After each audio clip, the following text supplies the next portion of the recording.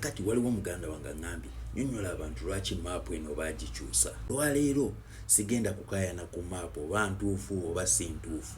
Gwe bw'obanga olaba nti map gye baakukubira ng'osoma SST nti oba n'amagezi ge walina ng'olina emyaka 10-15 galina okusinga g'olina kati ng'oli mu myaka 2+. Eno vidiyo gyesonyiwe scrollinga. Kimanyi ogaaniddewo wano naye newe tugende mu maaso. Vidiyo eno yonna ngenda giteekayo ku YouTube. Gendayo osubscribinga okwate ne mu notifications.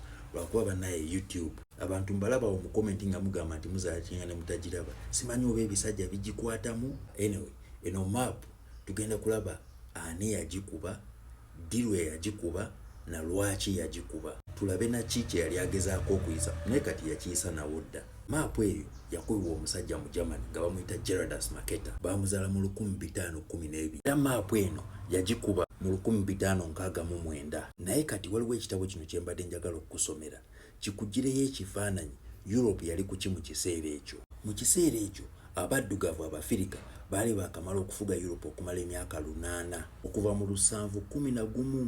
Era wano ngenda kusomeramu nga bwe tuvuunula. It is generally assumed that the movement of Africans into Europe in significantly large numbers and in positions of real power, nti okuyiika kw'Abafirika mu Europe mu bungi ate ne mu bifo eby'enkizo oba eby'amaanyi did not occur until the Muslim invasion of Spain in 711 AD.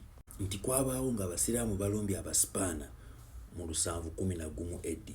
Era ekifaananyi kino kyolaba ekya African General Boabdil oba Abu Abdillah kye kifaananyi ekyasembayo ky'omukulembeze wa Spain Omufirika. Tugenda kuwabamu katono naye munzikirize kano kayitewo. A second major intrusion of an African army into Spain before the Moors occurs around 700 BC during the period of the 25th dynasty of Egypt, when the Ethiopian Tahaka was a young general, but before he had been ceded the throne by his uncle Shabataka. Sabataka oyo njagala mumujjukire ye kabaka okuva erinnya lya Saabataka, era n'ennyindo ye yali ya Kifirika ne bagimenya bumenya. Kale akombadde nkakuwa bwinga katono naye nga mbadde nkuleeta wano. The people whom the classical Greek and Roman authors called Berbers were mainly black and affiliated with the then contemporary peoples of Eastern Africa area. Abawandiisi Abaroma n'Abayonaani bwe baawandiikanga ku Berbers baali boogera ku bantu abaavanga ebuvanjuba wa East Africa. Komewo.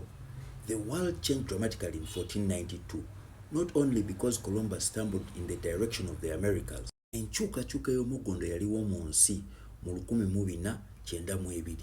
Columbus amaze okuwamanta n'agwa ku America butanwa.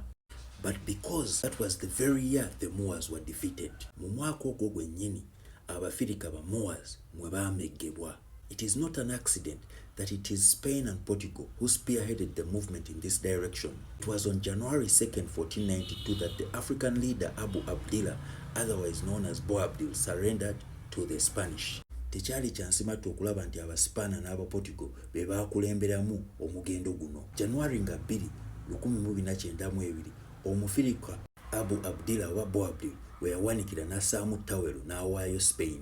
Nti Abafirika bano okubamaliramu ddala tulina bakubisa psychology. Tuggyewo buli kimu kye baali bamanyi, kye baali bakoze.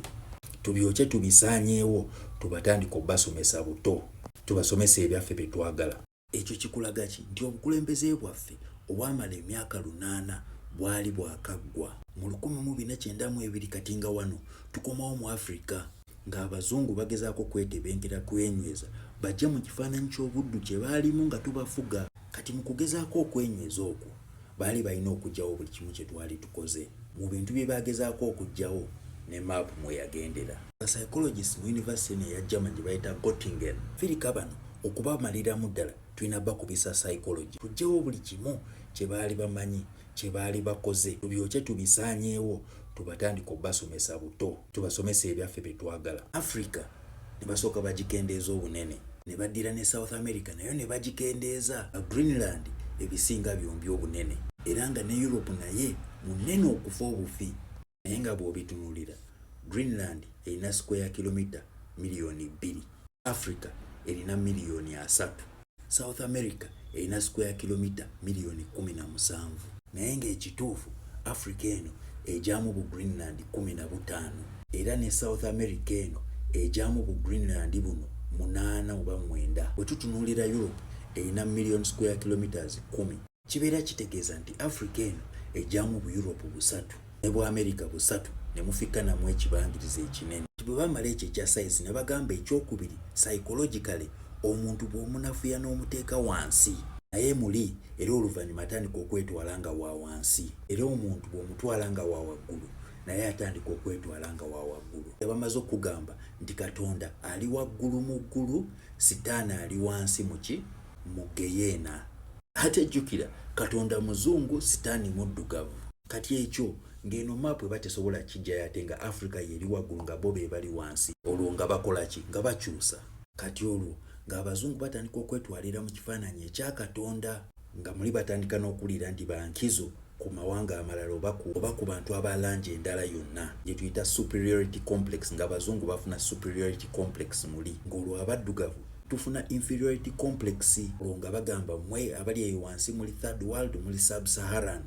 Olwo bwe bakunafuya ekimala nga n'okwekkiririzaamu kwonna kugenda, olwo nga bakukwata bakutwala nga muddu nga naawe okkiriza. Kale nno okukyusa maapu eno kyali kyankizo nnyo mu kukyusa wano mu software, mu kukwata mu software w'abaddugavu okulekerawo okwekkiririzaamu babeere nga buli kimu bakkiririza mu bazungu nga be basinza n'okusinza.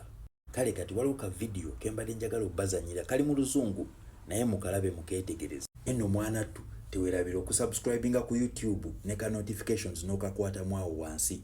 A clip kabateereyo. Roll the clip.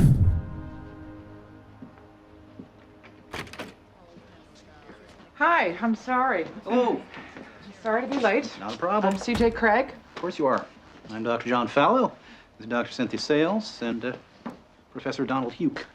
Huke? Huke.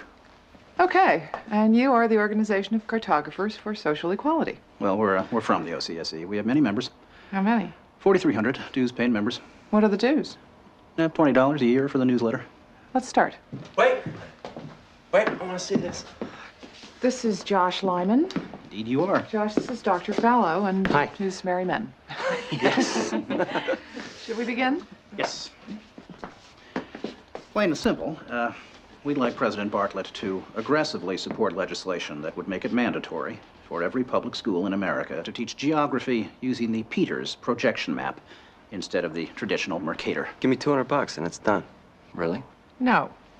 Why are we changing maps?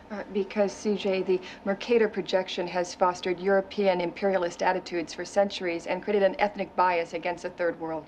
Really? The German cartographer, Mercator, originally designed this map in 1569 as a navigational tool for European sailors. The map enlarges areas at the poles to create straight lines of constant bearing or geographic direction. So it makes it easier to cross an ocean. But Yes. it distorts the relative size of nations and continents. Are you saying the map is wrong? Oh dear, yes. Look at Greenland. Okay. Now look at Africa. Okay. The two land masses appear to be roughly the same size. Yes. Would it blow your mind if I told you that Africa is in reality 14 times larger? Yes?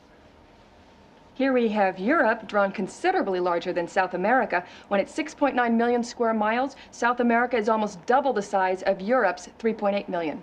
Alaska appears 3 times as large as Mexico, when Mexico is larger by 0.1 million square miles. Germany appears in the middle of the map when it's in the northernmost quarter of the Earth. Wait. Relative size is one thing, but you're telling me that Germany isn't where we think it is? Nothing's where you think it is. Where is it? I'm glad you asked. The Peters projection. It has fidelity of axis. Fidelity of position. East-west lines are parallel and intersect north-south axes at right angles. What the hell is that? It's where you've been living this whole time. Should we continue? Uh-huh.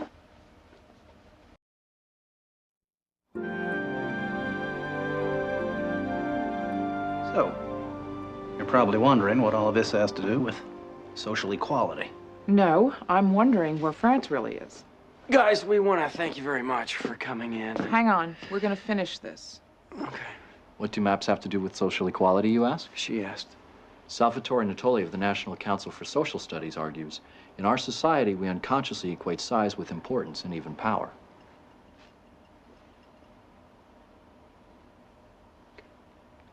I'm going to check in on Toby. Go. These guys find Brigadoon on that map. You'll call me, right? Probably not. Okay. When third world countries are misrepresented, they're likely to be valued less. When Mercator maps exaggerate the importance of Western civilization, when the top of the map is given to the Northern Hemisphere and the bottom is given to the Southern, then people will tend to adopt top and bottom attitudes. But wait, where else could you put the Northern Hemisphere but on the top? On the bottom. How? Like this. Yeah, but you can't do that. Why not?